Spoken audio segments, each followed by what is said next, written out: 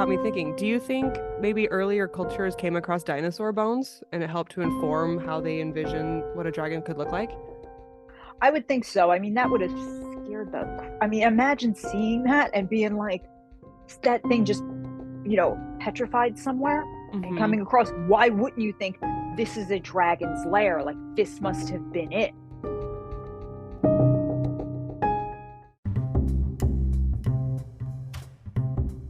Welcome to Speculative Sandbox, your audio playground for creative storytellers. My name is Vicky Lawn, and each episode, I and a guest will unpack a fiction trope with an eye for character development and narrative structures. Make sure to look for Speculative Sandbox on Instagram, TikTok, and Twitter, where you can join the conversation. Leave comments or questions, or let us know what other tropes we should cover. When the real world just doesn't cut it, let's get lost in a fictional one.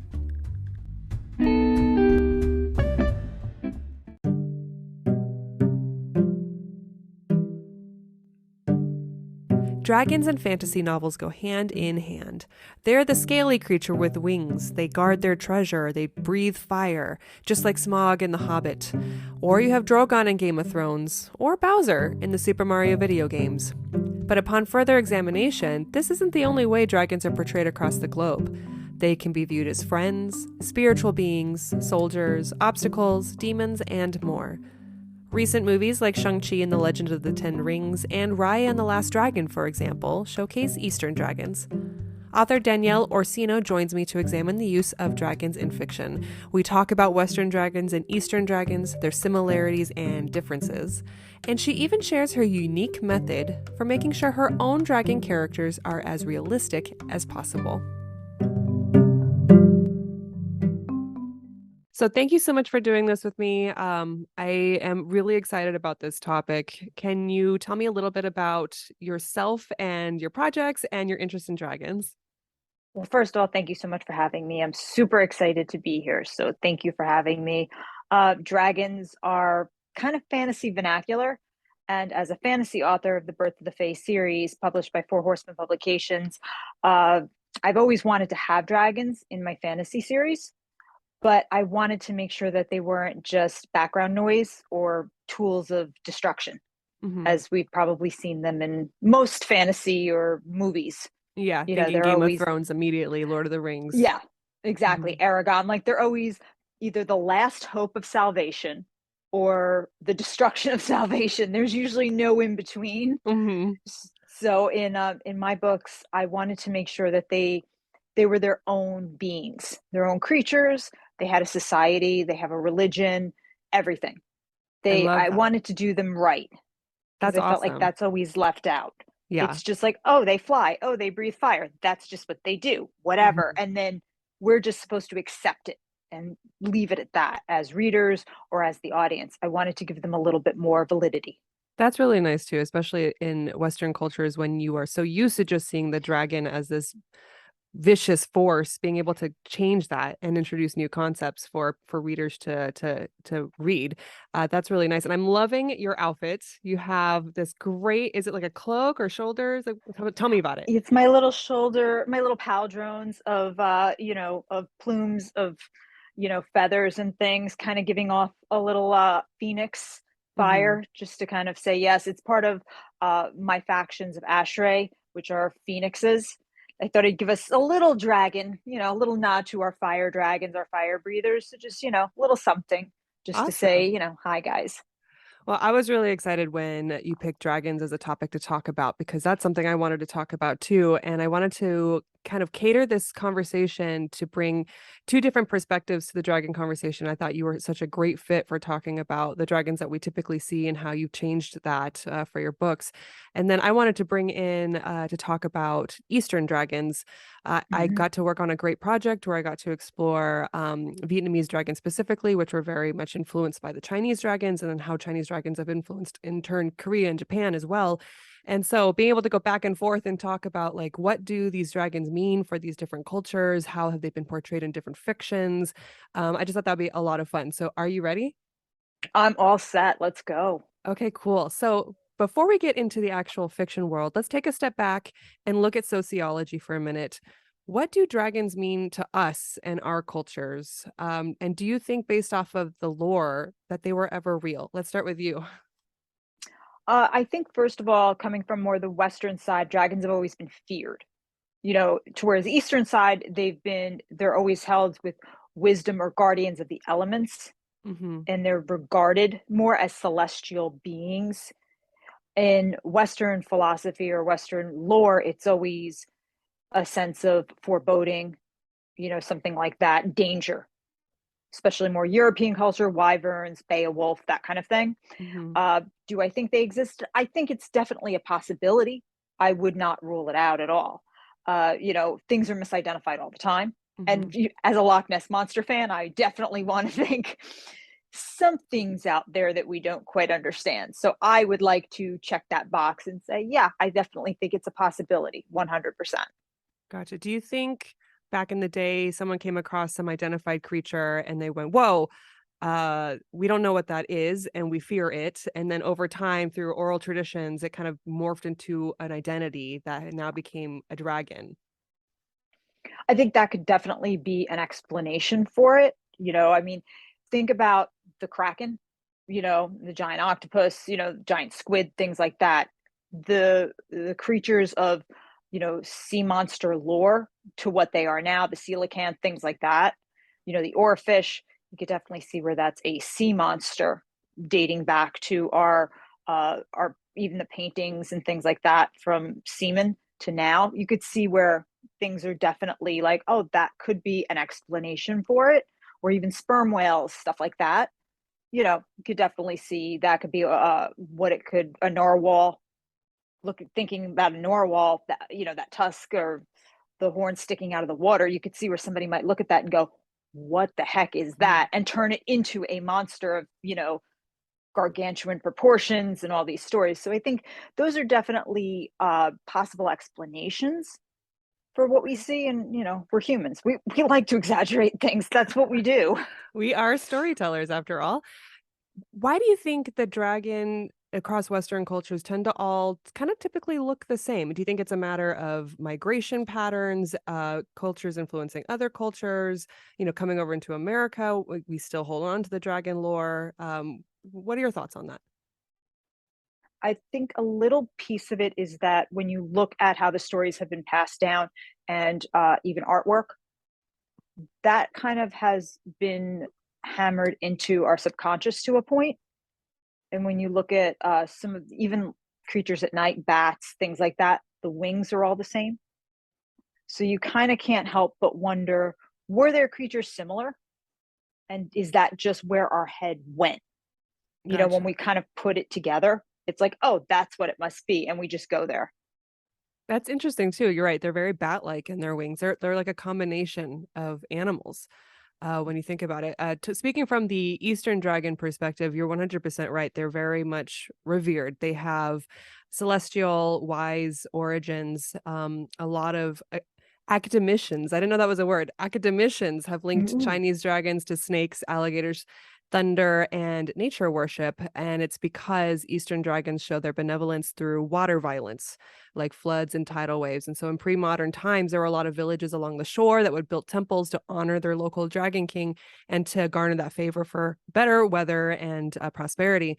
And of course, dragons represent power and strength. If you refer to someone as a dragon, it's a huge compliment. They're also symbols of imperial authority. And what I find so interesting is as the Chinese dragon has influenced the countries around it, how those other countries have adopted it and changed it. So, for example, Japanese dragons, the Chinese Japanese dragons are very much influenced by the local narrative legends. They're also water associated. Vietnamese dragons tend to be depicted a little bit smaller, a little bit less fiery, and they have a very specific representation to Yang, which is the universe and life existence and growth. And then Korean dragons visually tend to look different in that they have longer beards and they're either carrying an orb in their hand or their mouth. So I always found that to be so interesting as it translates. So from a folklore and an like origin lore, what would you say is like the most notable reputation a dragon has among the people?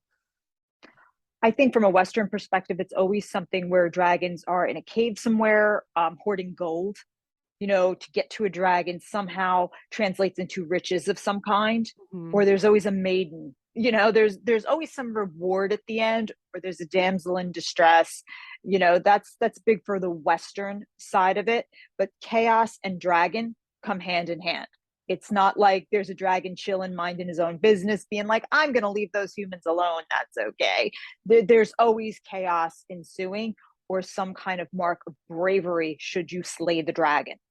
They do go hand in hand in that sense. So everybody's always looking to slay the dragon and somehow overcome a fear or an obstacle.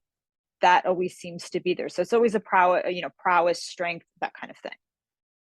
Do you think a dragon became like an easy source to blame because it's like this mystical creature in the sky or in a cave rather than blaming each other? It's like a united front, at least, that you can go after a single entity rather than blaming it on other people, perhaps. I think the dragons were always the precursor to burn the witch at the stake. There was always a supernatural being of some kind to blame it on and overcome, because if you couldn't overcome it, it was the dragons. Like, that's too big for us to overcome. It's a dragon. What are we going to do? And then eventually we moved on to something we could overcome. Blame the woman. Mm. That's like, blame the witch. That we can go get and we can take care of. I just think we went from a dragon to things we could slowly take care of. And that's just society's way. Nothing bonds us better than a common enemy. Yes. And what's so interesting now thinking about that, if you have a mindset that a dragon is something to be feared and worthy of attacking, and I don't have the evidence for this, but I would imagine if you were to cross over into Eastern cultures to find dragon symbols everywhere, it could perpetuate that feeling of otherness and and kind of deepen the ridge between cultures, especially if you have one side that is taught to fear a dragon, but the other side is taught to revere it. So, from the folk tales and origin perspective with Eastern dragons, when I was talking earlier about how you can combine a bunch of animals to make a dragon, what's really interesting is Chinese dragons acknowledge that weird, crazy combination. So, for I guess Western and Eastern dragons don't look the same. Can you describe a Western dragon? A Western dragon, depending on if you're a wyvern or not, there's usually a basis that's the same, usually wings, depending if you have front claws or not. A wyvern has small, almost think of like T-Rex arms. But yeah, Yeah. kind of smaller. Small hands. They don't support themselves on it, Okay. but they can use it to grab, versus a fledged dragon, a full fledged, which has front legs to support themselves. But big leathery wings, the fork tail, or devil's tail, depends. Some will show it with I have, like, my dragons have a sickle tail if they're a fire breather or not. My acid breathers have the demon tail or the devil's tail. Kind of depends from a flying perspective. Horns, once again, from a Western perspective, it will depend. Some have horns, some don't. Okay. The snouts are usually narrower. I like to think of it difference between a crocodile and an alligator. Okay. Uh, You know that forked distinction tongue, better than me. So which one has the yeah. bigger? Is it the alligator that has the wider schnoz? Alligator is wider. Okay, Crocodile is more narrow. got it. And then a wyvern does not breathe fire. Dragon does. From Western, wyvern is what Beowulf fought. So that's more European style. And I guess, for lack of a better term, American style dragons, as we get further, they do.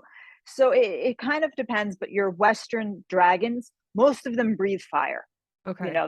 We just like to blow stuff up. Yes. So, we're just mass destruction guys. So we're going to just go in there and blow it all up. So it really does depend, but it's the same thing. It's your traditional Maleficent style Sleeping Beauty dragon.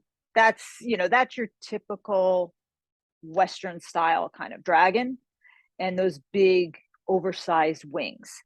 Okay. All of them fly. It's not like that dragon's walking down Fifth Avenue like, hey, what's up? No, they're No, flying. no, they're scaring people from up above. What Yes. you mentioned the T-Rex arms, and that got me thinking. Do you think maybe earlier cultures came across dinosaur bones and it helped to inform how they envision what a dragon could look like? I would think so. I mean, that would have scared I mean, imagine seeing that and being like, that thing just, petrified somewhere and Hmm. coming across. Why wouldn't you think this is a dragon's lair? Like, this must have been it. Yeah. How could you have not been like, oh, okay, we just stepped in something, or even finding a tooth, just a tooth somewhere? Yes, That how would have done it. large they were. My gosh, yeah. That would be Or terrifying. footprints. Uh-huh. The footprints would have, I mean, I would have, you know, before dinosaurs, you're seeing a big footprint like that, you would have been like, whoa, dragons still live. Hmm. That probably would have solidified it. I mean, once again, the misidentification of things, anything like that, I think would have just solidified that moment.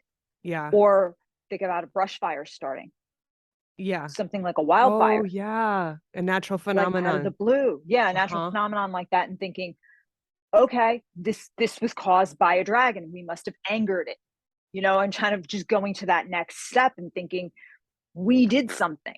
This is it. There's a Uh-huh. dragon here. And going and searching and coming across, you kind of put those moments of coincidence together and thinking you have this brush fire or this wildfire and then coming across a dinosaur tooth.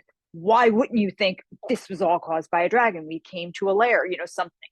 Yes. It's all Absolutely. there. I get that, the misidentification or just trying to find like correlation versus causation. In Mm-hmm. the Eastern dragon depiction, I can easily tell that's, they're around the water and there's a creature slipping in and out of the water, and you can make that correlation. So Chinese dragons, Vietnamese dragons are smaller than Chinese dragons, but I guess Eastern dragons in general, I think are not as large as the Western dragons are depicted. But the way that they're described is they have a head of a horse or a camel or a crocodile, depending on, I guess, the origin. They have a snake's tail, a stag antlers, eyes of a demon, snake neck, clam belly, carp scales, eagle claws, tiger souls, and cow ears, which I thought was such an interesting way that it was all very clearly Wow. defined. The Vietnamese dragon specifically is considered a combination of crocodile, snake, cat, rat, and bird. And these guys can change shape and size. They're very wise, but they're also benevolent. And one thing I wanted to share with at least the Vietnamese lore is that the Vietnamese dragon is considered the origin of humanity. So there is a folktale called it's Lac Long Quan and Ao Co. They are Lac Long Quan is the dragon king. He comes from underground I'm sorry, in the water. He's an ocean character. Then you have Ao Co, which is a mountain fairy. And what happened is, whatever circumstances, every time I try to read up on this, it's not very lengthy. I find quick, short summaries. So I'll do the best I can here. Um, Mm-hmm. the Dragon King comes out, meets the mountain fairy, and they fall in love. And when they procreate, she ends up giving birth to 100 eggs. Over time, they realize that their cultures are too different. It's just not working out. They love each other, but he wants to go back to the ocean and she feels better back up in the mountains. So they split their children up into 50 each and they go their separate ways. And the ones that went on land, that became the Vietnamese people. And I thought that was so interesting. Oh, that's kind of beautiful. Yeah. And so I found it to be particularly interesting, especially the one summary I read about the Dragon King saying, look, we're just too different. It kind of spoke to me because I'm biracial. I have a Vietnamese mother and my dad has Irish origins. And there was a lot being raised in a biracial household, bicultural household, that you do find yourself in a very Yes. interesting situation. And Mm-hmm. it's all about like, how do you overcome? And if you're not able to overcome, the subsequent actions, and in my case, my parents ended up divorcing. So Mm-hmm. it just spoke to me. I thought that was so great. So then, with so many cultural interpretations, is there an authoritative definition of a dragon? Do we have a common ground worldwide? I don't know if there is a definitive dragon. I don't know if there really is. I think we can all kind of go, oh yeah, like for me, whenever I think of dragon, even as someone who has created dragons, it wasn't until I created my own that I went, that's a dragon. But even then, people debate it with me. I always go to Maleficent from Sleeping Beauty. That's my dragon. Like Mhm. that's my moment of. okay, I don't want to run into that in the middle of the street. Like that's Yeah. kind of what I think of is no, as much as, and let me tell you, I love me some Angelina Jolie, but the cartoon version, I was always like, no, because Yeah. those jaws snapping, I can still hear. And I was Hmm. like, yo, Prince Philip, watch out. I did not want to run into that dragon. And I kind of gauge it by that. Like, who do I not want to come up against? That dragon I did not want to come up against. Yeah. That's my closest. I mean, I've looked and I've done some research. And when I was researching my dragons, I did a lot of dragon research trying to figure this out. Uh, you know, yes, we've all watched Game of Thrones. I mean, I think we can all say that's kind of become the societal standard right now Hmm. for dragons. And I know I'm probably going to get a lot of hate for this.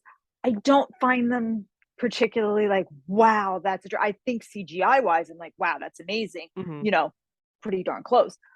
But do I think they're all that original? Okay, Mm, they kind of look like big lizards to me. I'm not okay. looking at them going, those are dragons. I look at it and go, wow, I would think they're right there. I would think those are actors. Like they look that good. Where when I saw the behind the scenes, and I'm like, she's sitting on big styrofoam, really? I know, petting green things. Yeah. Uh-huh. Yeah, like I'm like, that's amazing. But are they dragons? No, they just look like big lizards. Like Yeah.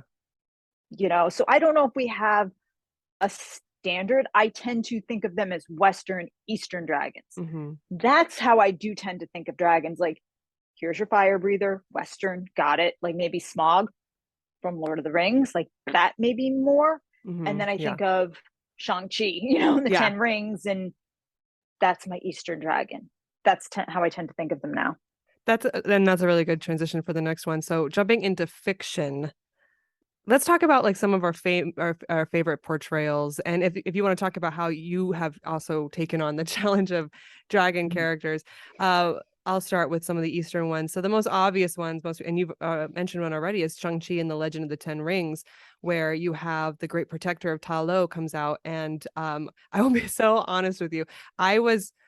I didn't. Okay, I'm that person that doesn't watch a lot of trailers because I want to be delightfully surprised when I watch a movie. Mhm. And there's so many Marvel stuff out that I'm just like, I'll just wait until it comes out and come to my own conclusions. When I started Mhm. watching Shang-Chi and I started seeing symbolisms and animals, I was like, oh my God. I'm like, will there be a dragon? I'm like, oh my God. And I was just Mhm. getting so excited because I really wanted to know if I would see a Marvel dragon. And of course, at the very end, one came out of the water. And it was just the most glorious thing I'd ever saw. Like I think the whole last Mhm. fourth of the movie kind of it was just really nice to see all of that in Marvel. Mhm. And then the other example would be Raya and the Last Dragon, where the entire story is about a dragon. Yes. And it's been a while since I watched it with my kids. I need to refresh my memory, but I think those are kind of like good, recent portrayals of the Eastern dragon, and I hope to see more of them. So, and they are not portrayed as vicious. They're not portrayed at all like the same way as the Western dragon is. You have like for instance in Shang-Chi, it's a protector character and it helps the main characters accomplish their goal. And in Raya and the Last Dragon, they're friends, and they represent Mhm. ancestors and all those things. So yeah, so tell me about your Western dragons in fiction. My dragons came from a very different place. I based a lot of them on dogs, to be very Okay. honest with you. That's where a lot of my dragons came from. The idea, I knew I wanted dragons in my story because, as I said, dragons are fantasy vernacular. You have to have them. You can't write a fantasy book without dragons, in my eyes. So mine takes place in the Fey world. So I knew dragons would be there, but I needed them to not be a weapon of mass destruction or a pet. I wanted them to be their own people in that Okay. sense. Yeah. So my first dragon that came to me was Los the Chameleon Dragon, based on Carlos, my Yorkie. Okay. So I was like, I knew he was going to be a key factor. And I was like, Los Carlos, I remember looking at him going, okay, you're going to be a dragon because who doesn't want their pet to live forever? So my idea was I put you in a book and my dog can be there forever and I could write him forever. So I'm like, ta-da, there you go, Los. So he became Los the Chameleon Dragon. But as I was looking at him, I'm like, are you a fire breather? And I'm like, no. The acid breather? No, you're not an ice breather. And one day I went to go give him a bath and he ran and hid and he was hiding in plain sight. He tipped over his Oh. toy bin, climbed in, and pulled an ET where he stared straight ahead and blended in. And thus he became Los the Chameleon Dragon. But, I did research on how chameleons blend, went through, everything that had to do with how they blend in. Okay. And that was how I started to build. I built all my dragons from their digestive systems out, Oh, like what they eat and what they how they would expel? eat. Okay. Yep. And Okay. that's how I did it. Los, obviously, I went through the chameleons and how, they electrically charge their bodies to change the wavelengths. And that he was a little different, but he started me down on the path because once I said, okay, I'm doing dragons, how am I going to do this? So I started with the fire breathers and I'm like, it's not just going to be like, boom, they breathe fire. We're all good. I'm like, no. So how does a fire breather breathe? Mm-hmm. So I was like, let's build his digestive system. And that's how I started. So I figured, what bacteria would you need to make? Let's start with that. Okay, methane and hydrogen are both flammable. So if they have two stomachs, how do we pump it out? So then I said, okay, we're going to have gas bladders on the side of their necks and Wow. vesicles. And I was like, let's do it like a fire plating and like a fireplace billow. And we're going to use it like that. So then they're going to pump it through their mouth. I was like, their parents, their mother will feed them flint rock and it'll grind their back teeth. And when their back teeth hit, it'll produce a spark. And then we'll have the mouth covered in denticles. So it's fireproof. And they'll hit their back teeth and you'll hear a click right before it happens. And we'll get Ooh. a fistula that ignites. And that's how they'll stream it. So I'm like, okay, their fire obviously won't be orange. It would be what methane and hydrogen, which is like this magenta color flaming. Okay. And I'm Oh like, my gosh, I okay. love all this attention to detail. That's so cool. So I was like, all right, so I got my fire breathers. And then I moved on to acid breathers and I figured out, okay, you guys are going to have more parietal cells. We're going to build you more like kimonos where it'll leak out your acid. You'll have an acid bite. It'll leak out your canines. You'll have empty canines that leak out. But then you'll have a fistula under your tongue and you can only breathe out royal acid. You'll spit it, kind of like a king cobra snake. Uh-huh. And I'm like, but that acid, they'll only have it in certain reserves. So it's not like they're streaming acid everywhere. And I Okay. was So like, they have okay. So limitations. They like you have to like yeah. recharge. Okay. And then I went, now I got ice breathers because I wanted something cool. So Uh-huh. they have tusks that are made of cartilage and Okay. it's laid in a geometric fashion. So the nitrous, the way it works is that the smaller it constricts, the colder it gets. Okay. So they have zeolite crystal in their gizzards, in their stomachs, that allows them to make it. And I went through this whole chemistry thing, which I'm not going to bore everybody with. But once again, pumped up through vesicles, goes into the tusks, which are cartilage, not bone. And then it allows them to give a stream of liquid ice, liquid Wow. nitrogen.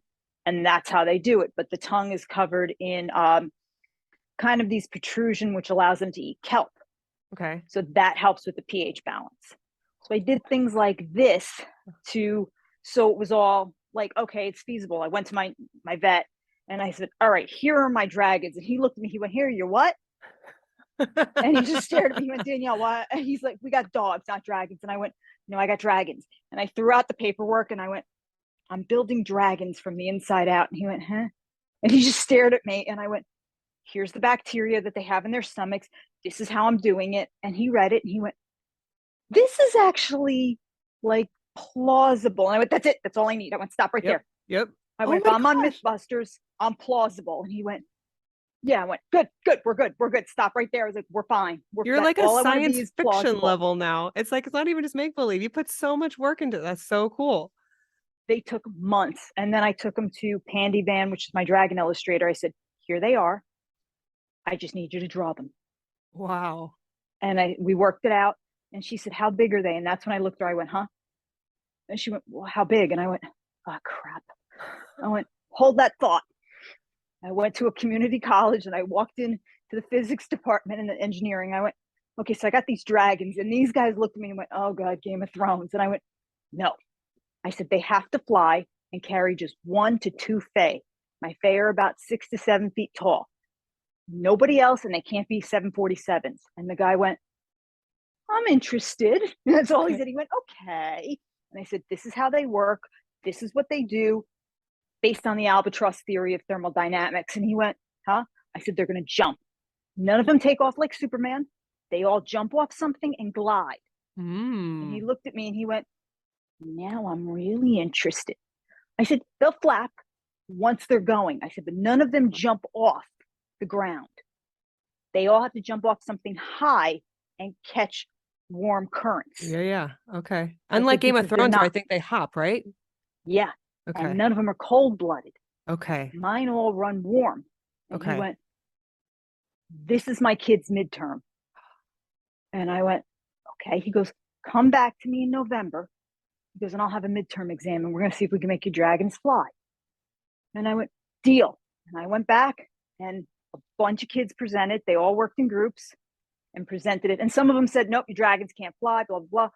3 groups said they could get them to fly. And my dragons, none of them are bigger than about size and a half of a giraffe, give or Okay. take. Uh-huh. And that's as big as my dragons are. That's You it. got a They're not, college class to like yep, research. Oh my gosh. yeah. And like some of them said I was crazy there. It's never going to happen, blah, blah, blah. And I'm like, and I gave them like chambers of the hearts are all 6-chambered hearts so they could pump more efficiently, get blood where they needed to. They're all trabecular bone, meaning spongy bone animals. None of them are scaled. They have denticles like a shark. So they're not scaled like normal reptiles. And we figured it all out. And I picked one group who I said, your measurements are about correct. Okay. Like I liked it. And that's what we did. So no, my dragons are not your normal ones. Like we got down to one of them has feathers for mating around their face. So you let them, so then you know they're mating age. They all turn black at a certain age when they get old and they can no longer produce oral defenses. So when they walk in a pack, they're in the middle. So they're Oh most wow. protected. Uh-huh. I did things like that to make them a true society. And it's not just like, they run around and they breathe fire, ice, and acid. Cool. It's like they Yeah. actually worship. They, some of their worships aren't great, but that's it. They're still flawed. And when King Jarvok or the Dark Fae meets them, they're doing some crap that's not cool. And Uh-huh. he has to put an end to it where he's like, no, guys, we don't, no, stop time. Flag on the play. He's like, we don't do this crap. And he comes in and because he's got a bit of an issue and there's a problem with it. Kind of like a typical, guy where he's like, I don't like what's going on. I'm going to come in and fix this. And there's a fight and they have to make some decisions, but you get a feel for their society, their language, what they do. They're totally on their own. Did you have to look into vocal cords and how like vocal cords work with breathing the stuff? Yeah, I had to. Yeah, that's why some of their necks, the sternocleidomastoid muscle is bigger with the fire breathers Okay. than it is with the acid breathers because Okay. of the fistula and the way it comes out. So because of the plating, it's different. So all that stuff had to be in even my pectoral muscles. My pectoral minor is bigger on the acid breathers because their wings have to be oversized in order to support even the horns. Like the horns are more sloped. All that stuff had to go into consideration just looking at them. You know, Wow. all that, the way we built them out, there are anatomical differences on how it went. So yeah, that all had to, we had to figure it all out. That level of detail is so amazing because I know I like watching, if I'm watching a movie or something and and you're aware and you see a creature, for example, moving, and it's not just a fantastical made up creature that just happens to exist and move the way because we want it to, but to actually see how the mechanisms work together, like that's always really exciting. I feel like I'm trying to remember which dragon it was. The first time I saw a dragon that actually showed the spark get lit in the back of its throat and you can see it glowing in the back of the head before it blew out the fire, I was like, oh my God, I don't even remember which one that was. But to me, it was like, oh, so that kind of gives you a hint in how the dragon works versus just it opens its mouth and just vomits fire, you know?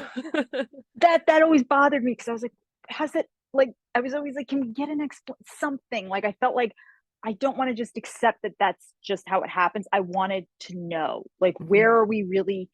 And I did it. I think it was in book. I know in book 3 I got into the explanation a little bit, and then I think later on in book 3 I did it with the ice breathers, where one of the dark fae looks at the light fae and goes, "Oh, that's mine, the magenta one." And she went, "I know what your ice breather does." And she goes into this long explanation. And one of my editors was like, "It's an info dump." I'm like, "Trust me, there is somebody out there that's going to go, oh, I so appreciate this." Mhm. I said, "There's just somebody that's going to be like, Like I get that stuff. I enjoy that. Yeah. And for me, that was part of it. But most of the dragons, even the names or the drawings that I did, it's somebody's dog. It's Yeah. somebody's pet that they were like, can you make my dog this? And the novella I just did, Fire, Ice, Acid, and Heart, which is covers the dragons tournaments. The dragon in there, Callie, is my friend's dog that had just passed, and she asked me to write a book. But Oh. down to the drawing on the cover, the white claws, Hmm. that's the dog. The dog had white paws. We put it all in there. Yeah. So No, everything about it is them.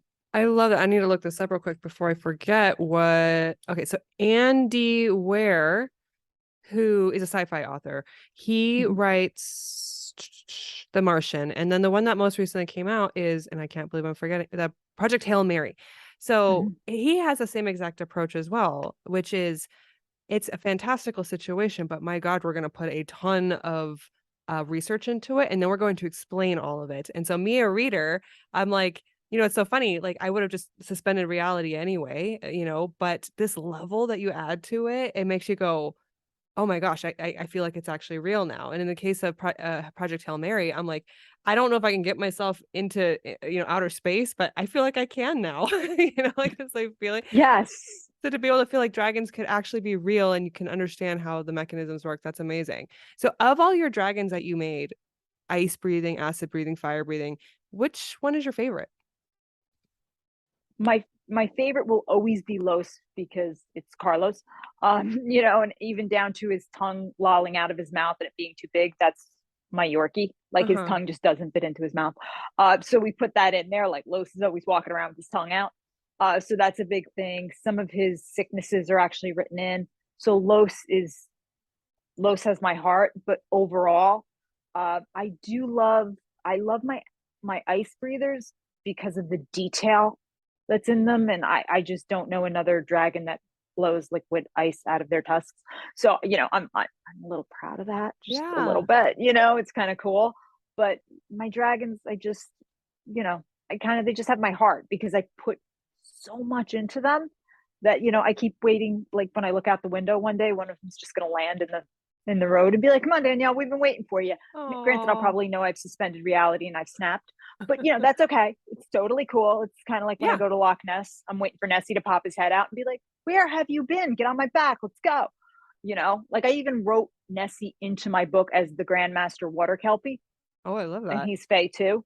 Yeah, he's cousins to the Draconians because, of course, why wouldn't he be? And he likes to pop up and let everybody know that there's a sea serpent in Loch Ness just to get his picture taken to Nice. mess with the Fae. So once again, I'm just a sucker for dragons, I love that. but you know, Okay. So then what do you think is an overused dragon trope? that they're here to destroy mankind. They're Mhm. always, they're always a fire breather that needs to be tempered. I think right Mhm. now, like Game of Thrones has kind of played into that they're just a weapon of mass destruction. Mhm. I think we've seen that Yeah, time and time again. I agree with that too. One that I've been struggling with, and it's funny because I think this trope that I struggle with is actually a response to that trope. It's the monster is not actually the bad guy after all. It's us humans, right? I've Yeah. seen so the dragon or the beast is perceived to be a threat until one person breaks the norm and investigates, and then realizes the dragons are just like us, only misunderstood. So we've Mm-hmm. seen it in How to Train Your Dragon, and we've seen it in things that aren't technically dragons but kind of take the place of dragons. So Mm-hmm. Tinkerbell and the Never Beast had that. Mm-hmm. My kids watched it, and then most recently Sea Beasts, which just came out on streaming Yes. platforms. And I there's something I don't know what maybe because they're portrayed like animals and you find out they're actually trying to help you the whole time. I can't like I get so emotional actually watching that's probably why I struggle with the trope because it kills me that the idea that we the humans are inadvertently abusing and being predators on the dragon character archetype. Mm-hmm. And so while I think it's such a great message, I struggle watching it just because it's so painful. I agree. I think the other thing that bothers me with that trope is the idea that it just takes just one person. It's just one. And then, oh, it was that special person to solve the whole thing. Like the whole society is just too dumb or too whatever. Like, and that the dragon itself couldn't communicate this. Like, Mm-hmm. you know what I mean? Yeah. I don't know. There's just so many things wrong with it. And I loved How to Train Your Dragon. I thought it was cute. It was adorable. Yay, toothless, the whole thing. Okay. Yeah. Mhm. But by the third one, I'm like, really, guys? Yeah. Really? And then it's like, oh, we're going to let him go and go have a family. I, I don't know. Not everybody wants the traditional things. So I Hmm. felt like we kind of went down a very stereotypical path with the Yeah. story. And I mean, granted, we are ruining the climate, we're ruining the planet, we're doing all that stuff, but it just seems to always go down, like you said, the same trope of things.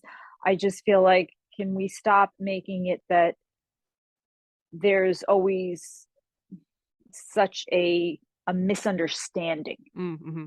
I get the misunderstanding trope, the climate just in Yeah, general. that's what I think it is. It's just this, and I'm like, all right, can we do something fresh with it? Hmm. Or are the dragons that passive? Right. Yeah. Like, Like at any point they could have just been like, hey, you know what, guys, we ain't taking this BS from you anymore. Like that really would have, or they could have just up and left. But it's hmm. always the same thing. Or like I said, they're somebody's pet, Yeah. always. And then it's this mass destruction. There's never a like, let's be partners. Right. They're never Yeah. equals. Well, it's kind of scary because then you think about it, and dragons in this context become an analogy for a neighboring race or a neighboring culture, and the Yes. animosity that we are, averse to have towards this other culture. And you're right, the idea that it's almost like dragons are seen as submissive in the case of like How to Train Your Dragon to humans, and then they're okay with that dynamic. With sea beasts, it was the same idea where one single person has seen the light. And in this case, it was a little girl. And she's like, no, I think these dragons are actually friends. But she's accompanied by an older gentleman who is just he's so cranky. And I was getting frustrated because to me, the real problem isn't that, it isn't the, like, to me, the real problem is you have people not believing or open or just so automatically Mm-hmm. cynical that even Yes. what this young child is like, no, it's great. And you watch it too. And it's so obvious because it's a children's movie, of course. But you have that one cynic that continues to be cynical. And I'm like, that is the enemy. That's And the that it, real problem. right. And you're right. How can one person undo a whole society of that cynicism? Like that needs to be addressed, I think, to Mm-hmm. realistically address these issues. So then alternatively, what do you think should be explored more regarding dragons in fiction? And you talked about a little bit with how you approach dragons, but can you go into it some more? I think overall, we just have to get out of the idea that dragons are always a weapon of destruction or the enemy in such a way. Or like, I think sometimes dragons are a symbolism for imperialism Mm-hmm. and, this idea for greed. There is a way to make them more one, they're always one dimensional. I Mm-hmm. think we can make them more and give them more of an idea of being these creatures that we could partner with, as a society, and stop making them our pets. And sometimes we anthropomoralize them to the point of dogs, which, coming from somebody who made them out of dogs, it's kind of funny, but you know what I'm getting at. Yeah. I think sometimes that's a problem. In, like I said, in the ways of Game of Thrones, there was they were going crazy, and they were so feared, and then they were killing them left and right, Mm-hmm. but yet there was no remorse for it. Yeah. It was like, it was so weird that we made them a weapon but did not give them more personality.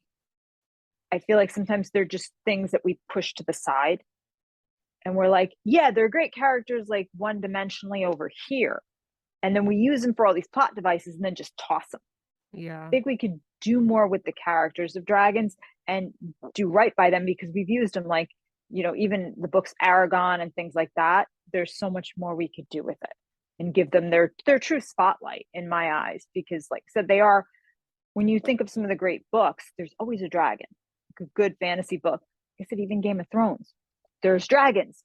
So much so that we're getting House of Dragon, Mm-hmm. House of Dragon, and like, what are we doing with them? So I'd like to see dragons maybe take the forefront a little bit more, or maybe get a good Aragon movie, one that wasn't what it was. Stuff like that might be kind of nice nowadays. I'm trying to do what I can. My fans did actually specifically ask for this book. They wrote in and said, can we get a dark fae dragon centric book? Get rid of the light fae for one book and just give us dragons. And I was like, okay, I can do that. I can give you a dragon book. Yeah. So as And a writer, that's my what they did. goodness, like how is that the creative process to be able to like get a request from your readers and be able to go, all right, I'm turning this into like a story. Let's arc this out. Let's get it done. Like walk me through that creative process. This that novella was harder than I thought it would be, because what had started out with my friend saying, my dog passed, could you make her a dragon? I was like, yeah, sure, I'll throw her in. Like, I'll throw Callie in. I wrote a short story about Janera and Callie training together and meeting, this little fire breather and this dark fae meeting. And I wrote, I think that it was maybe 3 pages, the short story. And I like put it in a blog just as a, hey, here's like a little memorial to her, whatever. And people really loved it. And that's when they were like, turn this into something. Yes, yes, yes. Dragons, dark fae, go with this, Danny. Nice. And then I was like, oh, I got to make this into something. So I'm like, okay. So I sat down to write a dragon fight scene. As a martial artist, I can write a fight scene. No problem. I got that. And my dogs have helped me with it, where I've like stood little Penelope, my Chewini, on her hind legs and been like, stay, and had a sword out and been like, don't move, honey. I got this. Promise I won't hit you. We're good. And been in the backyard many times. No problem at all. To the point where the neighbors are like, what is she doing with that dog? And I'm like, it's good. Don't worry about it. We got this. You're like, I'm brainstorming here. Yeah. I'm like, leave me alone. We're good. I'm in my world. I'm in the veil. When you're talking dragons, I can have as many little dragon toys, and I'm like, boom, boom, boom. And they're like, and they're clashing. When you're spitting fire, ice, and acid out, puts a whole new dimension on this thing. They're flying in the air, and I look like I'm playing like the P-Man figures all over again in the 80s. It's very, very different. That this novella took me months. Like, there were times I was just stuck on a chapter staring at the page going, okay, this one throws a plasma ball, this one catches it, the dragon goes up in the air. What am I doing? Like, I just really didn't know. I just sat there. Like, I knew the arc where I wanted to go, but dragon fighting, Yeah. like, you're staring at it going, okay, you fly, you don't. You're gonna spit some acid, but the acid's not gonna work on you. Okay. This seemed like such a good idea in my head. And then the way it works is it's a tournament, almost like a game of tag and dodgeball put together. Okay. And so I'm like, and there's a boundary line. I based it off of my years point sparring in martial arts. Okay. Yeah. And then I took a crystal egg.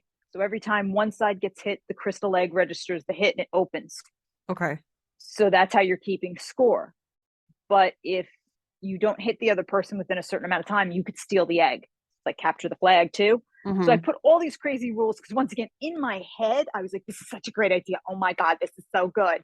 Because every author, every writer, I don't care who you are, you do this. In your head when you're first doing this, you're like, this is brilliant. Oh my God. Then you got to sit and write. And then you're like, what the hell was I thinking? Yes. Yep. That's what was happening. And then I thought, I'm going to add these crazy kicks. So I pulled out my old scorpion kick, where you go down in a split and then your leg flips over your head. I had those in my head. I'm like, I'm going to do this kick. I'm going to do that. And my dogs were literally out there with me, and I would throw a ball up and try to hit it and flip it, because I'm like, we're going to do the plasma kick and we're going to do a scorpion kick at the same time. And this went on months. And literally my husband walked out. He's like, are you done with this? I'm like, in my head, this was all going so well. And he's like, are we done? I'm like, No, and I got to the last like 3 chapters of the book, and I'm like, I know how I want it to end. No idea how I'm gonna make this happen. And I was like pushing and trudging through the end of the tournament itself. And then I finally finished it. And I sat back, went, oh my God, I'm done. Thank God. It was just, and I love doing it, but at the same time, writing dragon fight scenes like nothing else. So I'll Fight write a scenes human fight scene themselves. all day. I mean, Oh they're, no, oh, human, okay.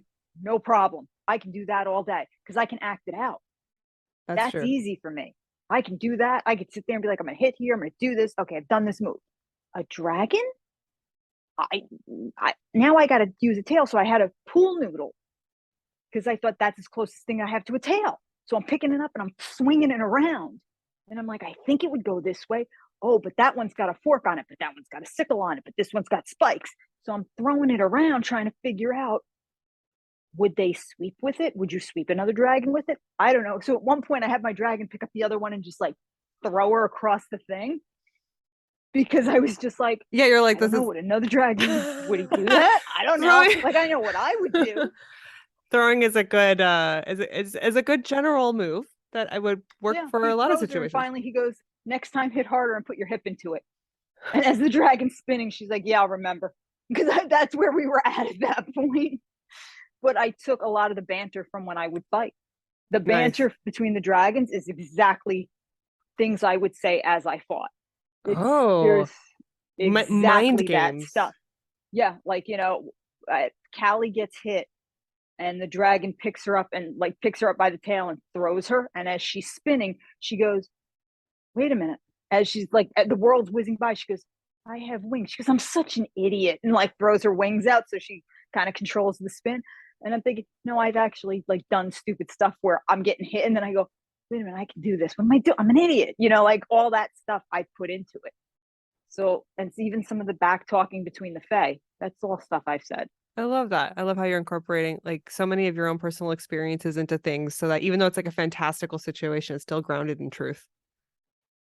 Yeah, the smack talking is all. I mean, I've actually done that where I've like people have said stuff to me and I've said, we're not friends. Don't call me that. Like, yeah, I'm like, no, we're fighting. Don't call me by my name. No, no, we're not doing. And they've been like, oh, did you hear that? We're not friends. I'm gonna cry. That was actually said to me in the middle of a fight with another, Wow, yeah, a you're point tough. sparring. I don't Yeah, want I've to been get caught in like, a fight scene with you. okay. So I while you were talking about overused tropes, and I was thinking about like ways to subvert or just explore different ideas. I came across I didn't know this about architecture in Japan, but according to a TikTok video that showed up that showed me some examples as an architecture account, they had such an interesting look on how their dragons and belief systems are incorporated into their architecture. And the way that they do it is in their tall skyscrapers that are right next to the ocean, they have big gaps. It's almost like a big hole right down in the middle of the building. And at first I thought, oh, I guess that's really good for wind resistance. The wind can go, tunnel through there and you're not, blowing the building all over the place. But no, they're called dragon windows. And the reason why is because when they were building building the towers up high, they're like, we don't want to block the dragon's way, the spiritual dragon's way back to the water. So we're going to put these big old holes in there and then the dragon can pass through those holes. And I was like, what an interesting concept. Just the I love idea of that. integrating it into like your everyday life and your symbolism and your design. So anyway, wanted to leave you with that. I love that. I think that's so great that they keep that part of the spirituality and the culture hmm still present. Because that easily could have get boarded up, blocked up, made into something Oh yeah, else. make more apartments, make more money. Exactly. Like let's make more money. But the fact that it's still kept there, I think is just a beautiful kind of thing, you hmm know, and just shows that they're still making a nod to the past. Yes. Yeah. I think that's special. Well, Danielle, I really enjoyed our conversation. You are definitely an expert in dragons. So if anyone wants to have research, like a research resource, I feel like Danielle's a really good source. So do you have any final words or promotions or thoughts that you'd like to leave with us today? Oh, I love shameless promotion. I'm all about that. So Okay, thank you. I let's hear it. appreciate that. Yeah. Appreciate that. You can always find my books on birthofthefae.com or my publisher, which is Four Horsemen Publications.com. I'm on Instagram at Birth of the Fae. FAE_novel. And then a really cool place to find me is Bookie Call, which is an app. Kind of think of it as Tinder for your next great book date. Yeah, it's really cool. You could swipe right or left and find your next great book date. And of course, you Bookie could find Locked Call? Out of Heaven. Think of it as Booty Call, but Ah. Bookie Call. Yes, you see where I'm going with that? Yeah. All And they right. make it for iOS or Android, and you can find Locked Out of Heaven, my first book, on there. Speculative Sandbox is a volunteer-run podcast that relies on the collaboration of fellow creators like you. Join the conversation and participate in fun polls and questionnaires on TikTok, Instagram, and Twitter. Interested in being in a future episode? Our DMs are open, or you can email speculativesandbox@gmail.com.